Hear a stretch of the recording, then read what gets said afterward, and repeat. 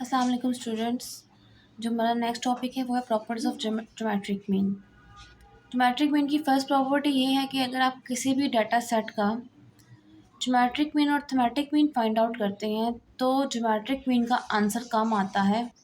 तो geometric mean का जो आंसर है वो लेस होगा as compare to arithmetic mean.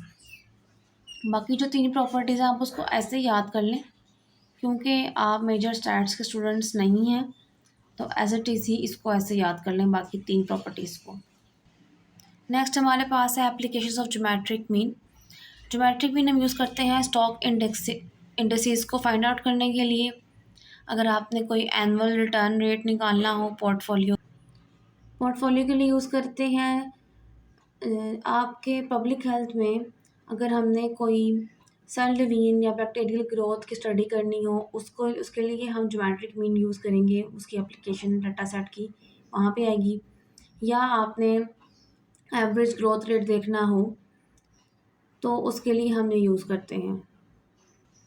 Next हमारे पास है डीमेरिट्स।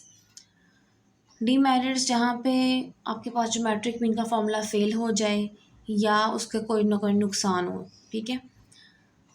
अगर तो आपके डाटा सेट में कोई नेगेटिव वैल्यू होगी तो ज्योमेट्रिक मीन का आंसर एग्जिस्ट नहीं करेगा, क्योंकि नेगेटिव अगर आपके पास वैल्यू हो उसका लॉग जो होता है वो एग्जिस्ट नहीं करता, ठीक है। नंबर 2 पे अगर ज्योमेट्रिक कोई भी डाटा सेट में वैल्यू ज़ीरो हो जाए तब भी ज्योमेट्रिक मीन ज़ीरो हो जाएगा, ठीक है। तो आपने इस बात का ख्याल रखना है कि जो जितनी भी आपकी वैल्यूज़ हैं एक्स की डाटा सेट के अंदर वो ग्रेटर देन ज़ीरो होनी चाहिए, इन अ पॉजिटिव वे में जाए, ठीक है। नेक्स्ट हमारे पास एग्जांपल है, एक डाटा सेट गिवन है विद रिस्पेक्ट टू फ्रीक्वेंसी।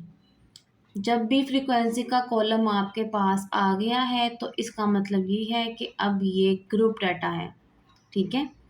जो आपको मार्क्स गिवन है परसेंटेज में, वो आप अगर गौर करो तो फर्स्ट क्लास की अपर बाउंड्री, अपर जो है लिमिट, वो नेक्स्ट वाली क्लास की लोअर के साथ मैच नहीं कर रही, उसमें गैप है। इसका मतलब ये क्लास इंटरवल्स हैं, ठीक है। और with respect to frequency data given है, अब आपने इस पर ज्योमेट्रिक मीन का फॉर्मूला लगाना है समेशन एफ वाला। ये आपके पास डाटा है, डाटा को उसने आगे सॉल्व किया हुआ है। ये सारे का सारा प्रोसीजर मैं अपनी लास्ट वीडियोस में बता चुकी हूँ कि क्लासेस जो ये वाली होती हैं ये किस तरह से बनती हैं, डाटा किस तरह से, लेकिन यहाँ गिवन है, ठीक है। यहाँ पे गिवन है आपके पास रेंजेस, एफ का कॉलम भी, और उसके बाद एक्स कैसे निकालते हैं। इन दोनों को फर्स्ट क्लास की लोअर और अपर क्लास लिमिट है, यहाँ पे क्लास इंटरवल्स हैं, उनको आपने प्लस करना है, डिवाइड बाय 2 करना है, आपके पास आ जाएगा एक्स, ठीक है। फिर आपने क्या करना है, एक्स का जो आंसर आया उसका लॉग लेना है और फिर क्या करना है, एफ लॉग ऑफ एक्स निकालना है। मतलब कि जो एफ का कॉलम है उसको लॉग ऑफ एक्स से मल्टीप्लाई करना है, तो फिर ये आंसर आ जाएगा, सारा कॉलम आ जाएगा, ठीक है। अब जो है ये देखें, ये मैं करके दिखा देती हूँ स्टूडेंट्स को, ठीक है। उसके अलावा फॉर्मूला आपने याद रखना है इसका, anti log of summation F log of x divided by summation F, ठीक है। ये हमारे पास फॉर्मूला था, anti log of summation F log of x divide by summation F, ठीक है, फॉर ग्रुप डाटा। क्वेश्चन में आपके पास एफ भी होगा, आपके पास एक्स नहीं होगा। एक्स क्या होता है, मिड वैल्यू निकालते हैं। तो एक्स को हम क्लास मार्क्स भी कहते हैं, क्लास मार्क्स कहते हैं, मिड पॉइंट कहते हैं, और एक्स तो कहते हैं एवरेज पॉइंट भी कह सकते हैं इसको। ये दोनों वैल्यूज़ को प्लस करके डिवाइड 2 पे किया तो आंसर आता है हमारे पास, जो उससे हम कह देते हैं जी एक्स है। देखें जी स्टूडेंट्स, मैंने क्लासेस लिख ली जो गिवन थी हमारे पास क्वेश्चन में, रिस्पेक्टिव जो फ्रिक्वेंसी थी वो लिखी। अब एक्स क्या होता है, इन दोनों वैल्यूज़ को प्लस करके डिवाइड बाय 2 करेंगे हम। 33 + 40 डिवाइडेड बाय 2,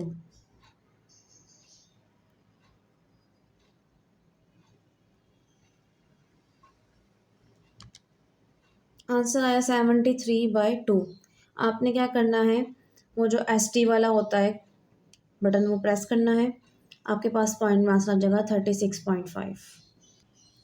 36.5 आ गया।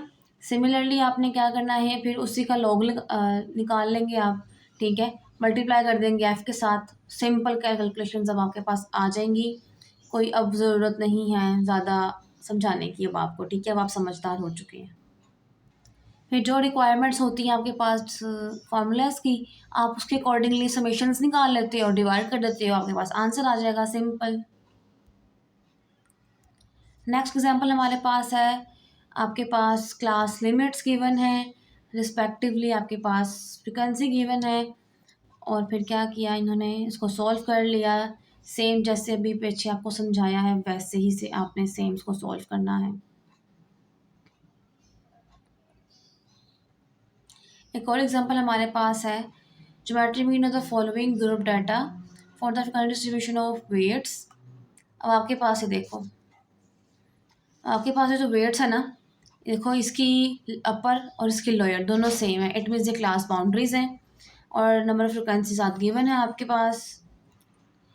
नेक्स्ट ये जो एग्जांपल है इसमें हमारे पास क्लास बाउंड्रीज गिवन है। क्लास बाउंड्रीज हों या क्लास लिमिट्स हों आपके पास, आपने उनका मिड पॉइंट जो है वो कैलकुलेट कर लेना है, जो कि हम उसको हम कहते ही एक्स है, ठीक है। जो आपके पास डाटा ओरिजिनल होगा आप उसे कोई और नाम असाइन करोगे, ठीक है, जैसे इसने यहाँ पे जी किया हुआ है, बिल्कुल ठीक किया हुआ है। और जो आपके पास मिड वैल्यू आती है उसको आप एक्स कहते हो, ठीक है। और एफ गिवन होगा आपके पास कॉलम उसका, तो वही फॉर्मूले के अकॉर्डिंगली आपने लॉग ऑफ एक्स निकालना है, फिर आपने कैलकुलेट करना है F into log of x, और सारी की सारी वैल्यूज अब आपने ऊपर नीचे मतलब वही फॉर्मूले में लिखी। हाँ, अब हम समेशन एफ यूज़ कर रहे हैं, तो समेशन एफ जो है वो 160 है, ठीक है, मतलब समेशन एफ ये वाला 160, ये आगे डिवाइड किया एंटी लॉग लिया, इसका आंसर आ गया, दैट्स इट।